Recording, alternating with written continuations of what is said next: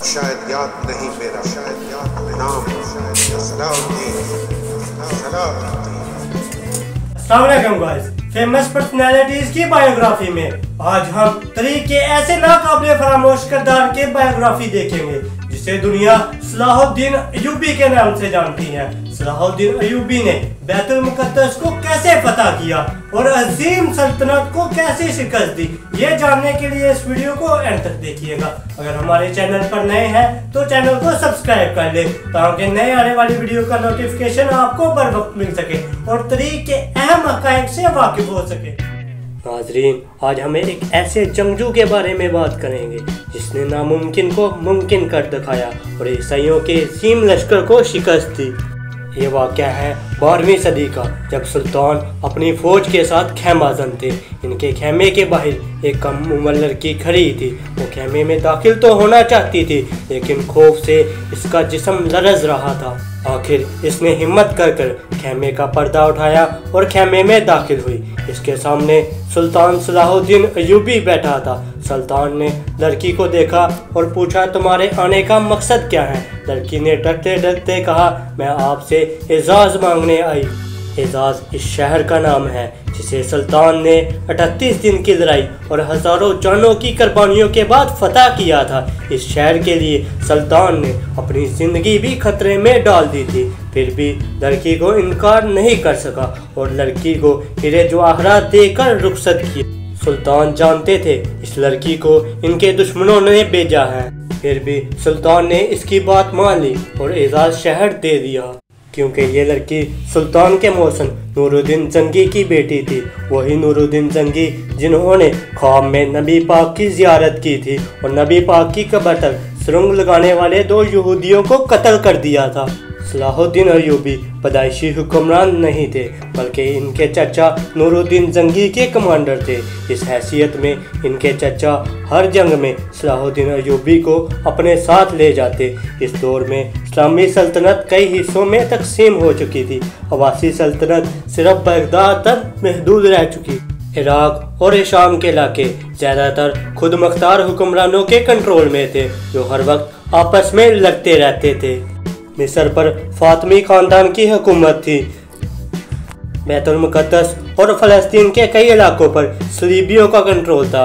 इन हालात में शाम के बेशतर इलाकों पर कब्जा कर लिया।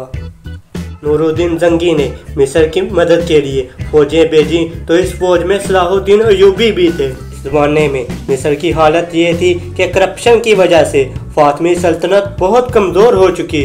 अख्तियारात खलीफा से ज़्यादा वज़ीरों के पास थे। इन हालात में सलाहुद्दीन अय्यूबी, जो अपने चाचा की वफ़ात के बाद फ़ौज के कमांडर बन चुके थे, इन्होंने खलीफा को फातमी सल्तनत से हटा दिया और ख़ुद मिस्र पर हुकूमत करने लगे। मिस्रियों ने कभी इतना सखी हुक्मरान नहीं देखा था। सुल्तान सलाहुद्दीन अय्यूबी ने मिस्र का गवर्नर बनते ही कायरा का सारा खजाना गरीब अवाम में तकसीम कर दिया। सलाहुद्दीन अय्यूबी शायद मिस्र के गवर्नर की हैसियत से ही ज़िंदगी बसर कर देते, लेकिन नूरुद्दीन जंगी की वफ़ात ने इनकी ज़िंदगी में इनकलाब बर्पा कर दिया।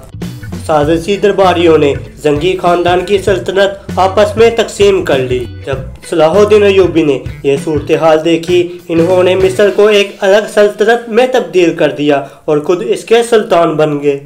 इन्होंने नूरुद्दीन जंगी के साजिशी उमरा को सबक सिखाने का फैसला कर लिया और शाम पर हमला कर दिया। इनकी ख्वाहिश तो थी कि नूरुद्दीन जंगी का बेटा इनका साथ दे, लेकिन वो साजिशी उमरा के हाथों में खेल रहा था। सुल्तान सलाहुद्दीन अय्यूबी ने जल्द ही दमिश्क फतह कर ली। दमिश्क से लेकर मिस्र तक एक बड़े इलाके के हुक्मरान बन गए।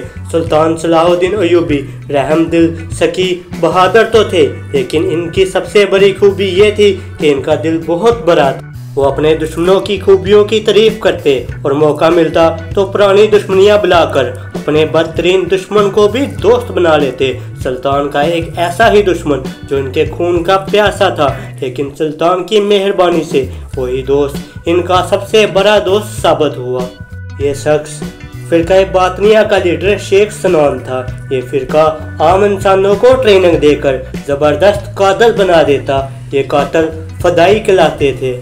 फदाई हशीश का आम इस्तेमाल करते थे, इसलिए इनको हशन भी कहा जाता था। बाद में हशन का लफ्ज़ अंग्रेज़ी असीसन बन गया। इसका मतलब है खूनी कातल। ये असीसन इतने खतरनाक थे, इनके खौफ से इस्लामी दुनिया के बड़े बड़े हुक्मरान इनसे डरते थे। एक दिन इनको सुल्तान सलाहुद्दीन अय्यूबी के कत्ल का हुक्म मिल गया। वजह ये थी कि नूरुद्दीन जंगी के साजिशी उमरा समझ चुके थे कि वो सुल्तान सलाहुद्दीन अय्यूबी को मैदान जंग में नहीं हरा सकते और वो साजिशों पर उतर आए। इन्होंने शेख सनान को मालो दौलत का लालच देकर इस बात पर राज़ी किया कि वो अपने फदाइयों के ज़रिए सुल्तान सलाहुद्दीन अय्यूबी को कत्ल करा दे। शेख सनान मान गया और फदाई सुल्तान के कत्ल के लिए चल पड़े। फिर एक दिन खूनी खेल शुरू हो गया। पहले कातलों का एक गिरोह आया और नाकाम रहा और मारा गया। फिर एक कातल सुल्तान के खेमे में दाखिल हुआ और इनके सर पर छुरी से हमला कर दिया। सुल्तान सर पर पगड़ी थी और पगड़ी के नीचे लोहे का हेलमेट था, लेकिन सुल्तान खुशकिस्मती की वजह से महफूज रहे। सुल्तान के मुहाफिजों ने फदाई को कत्ल कर दिया। इसके बाद फिर फदाई आते और मारे जाते। सुल्तान समझ चुका था जब तक शेख सनान का खात्मा नहीं होगा, इनकी जिंदगी में ये खतरा लटकता रहेगा। सुल्तान ने बड़ी फौज लेकर सियाफ का मुहासरा कर लिया, जहां शेख सनान मौजूद था, लेकिन शेख सनान को इस हमले की कोई परवाह नहीं थी। फिर एक रात अजीब वाक़या हुआ जिसने सारे मामले का रुख बदल दिया। सुल्तान अपने खेमे में सो रहे थे। अचानक आंख खुली तो देखा खेमे के चिराग बुझ चुके थे और खेमे में कोई और भी मौजूद था। सुल्तान ने मुहाफिजों को आवाज़ दी। मुहाफिज भागते हुए आए तो चिराग दोबारा जलाए गए। सबने एक हैरत अंगेज मंजर देखा। सुल्तान के बिस्तर के करीब एक खंजर और कागज पड़ा था, जिस पर लिखा था, बादशाह सलामत, आप हमारे रहमो करम पर हैं। जरा होश में आइए। सुल्तान बहुत हैरान हुए। इनके हुक्म पर सिपाहियों ने खेमे के इर्द गिर्द का जायजा। एक शख्स के कदमों के निशानात मिले, लेकिन कोई नहीं पकड़ा गया। सुल्तान अपने दुश्मन की दिलेरी और जंगी सलाहियतों से बहुत मुतासर हुए। इन्होंने शेख सनान को दोस्त बना लिया, ऐसा दोस्त जो सुल्तान के खून का प्यासा था। वो इनके साथ मिलकर सुल्तान के दुश्मनों के खिलाफ लड़ता रहा। बाज़ मुअर्रिखीन ये भी कहते हैं कि उस रात सुल्तान के खेमे में कोई नहीं आया था। ये वाक़या बिल्कुल झूठ है। और ये भी कहते हैं सुल्तान के सख्त मुहासरे से खौफजदा होकर खुद शेख सनान ने रहम की दरख्वास्त की थी।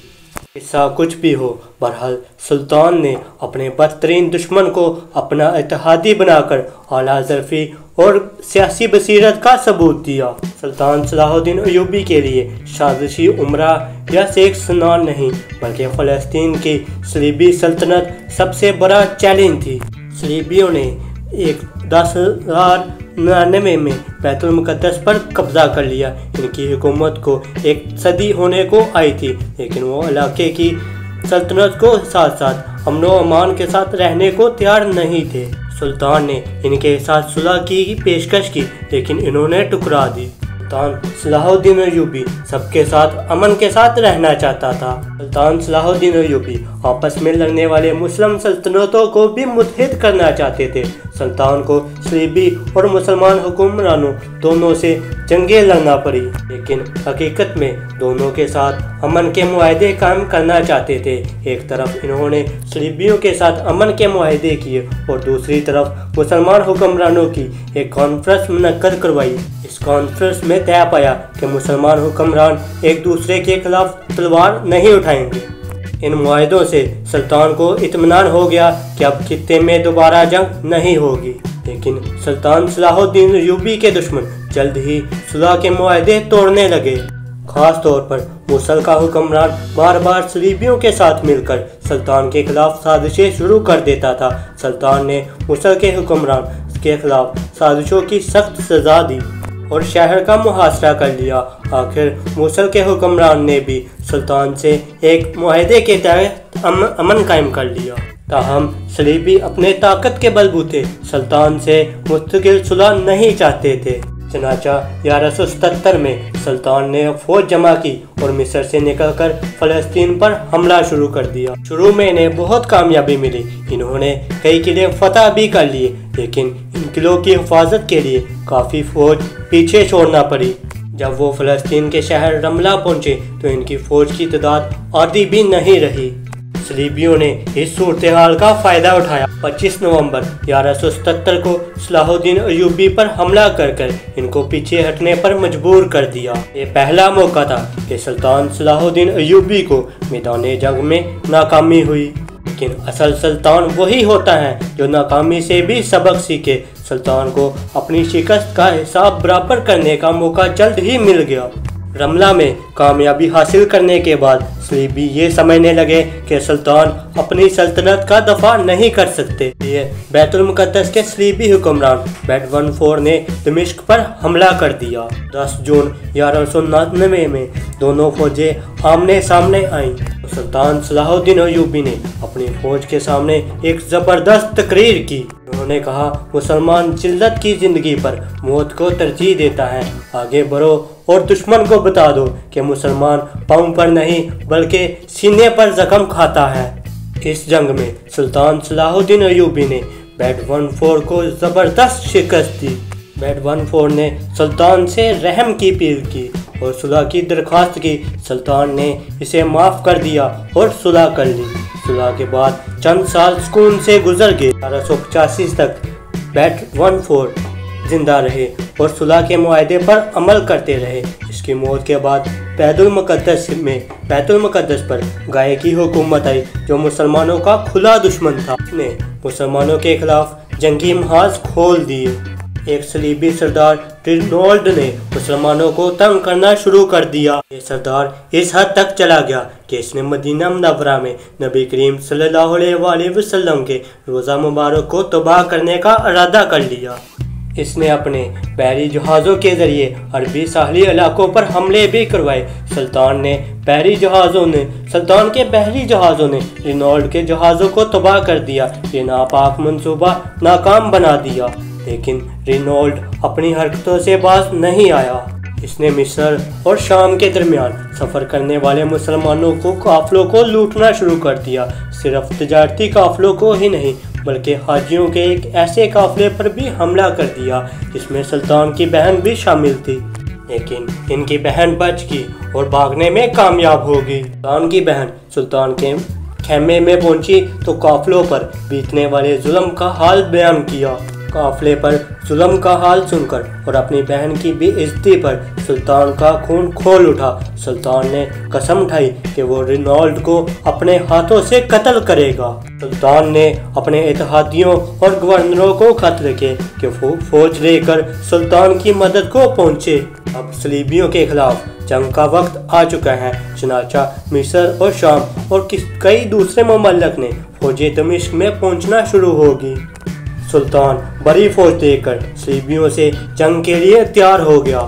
इस जंग में किसको शिकस्त हुई और सुल्तान सलाहुद्दीन अय्यूबी ने बैतुल मुकद्दस को कैसे फतह किया, कैदियों के साथ कैसा सलूक किया गया, ये हम सलाहुद्दीन अय्यूबी की कहानी के अगले एपिसोड में बताएंगे। अपना और अपने प्यारों का ख्याल रखें। अल्लाह ताला हम सब का हामी नासिर। मिलते हैं नेक्स्ट वीडियो में। अल्लाह हाफिज़।